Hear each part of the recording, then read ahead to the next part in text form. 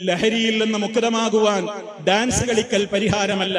ഒരു കാലഘട്ടത്തിൽ കൊറോണയെ ആട്ടിയോടിക്കുവാൻ വേണ്ടി പാത്രം കൊട്ടാൻ പറഞ്ഞതുപോലെ ഇപ്പൊ ചിലര് പറയുന്നുണ്ട് കുട്ടികളോട്, നിങ്ങൾ സൂംബ ഡാൻസ് കളിക്കണം, എന്നാൽ ലഹരിയിൽ നിന്ന് മുക്തമാവാമെന്ന്.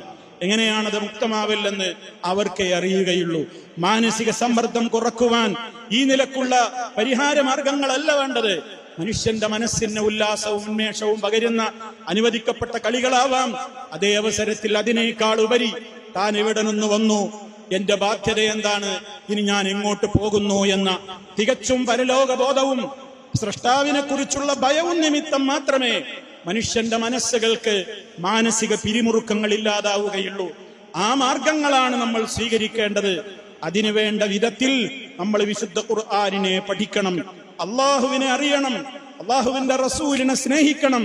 അവിടുന്ന് പഠിപ്പിച്ചതുപോലെ ജീവിതത്തിന്റെ എ മുതൽ സെറ്റ് വരെ നമ്മൾ ക്രമീകരിക്കണം.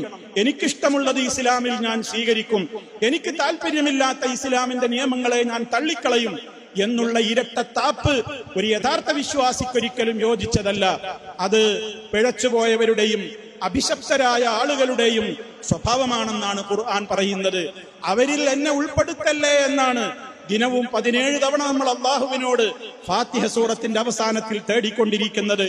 ആ തേട്ടത്തിൽ നമുക്ക് ആത്മാർത്ഥതയുണ്ടെങ്കിൽ നമ്മൾ ചെയ്യേണ്ടത് അള്ളാഹു അനുഗ്രഹിച്ചവരുടെ പാതയിൽ നീ ഞങ്ങളെ ചേർക്കണേ എന്ന് പറയുന്ന ആ ദുആക്ക് അനുഗുണമായ നിലക്ക് നമ്മുടെ ജീവിതത്തിന്റെ എല്ലാ മേഖലകളെയും ക്രമീകരിക്കലാണ്, ശുദ്ധീകരിക്കലാണ്, ശ്രദ്ധിക്കലാണ്.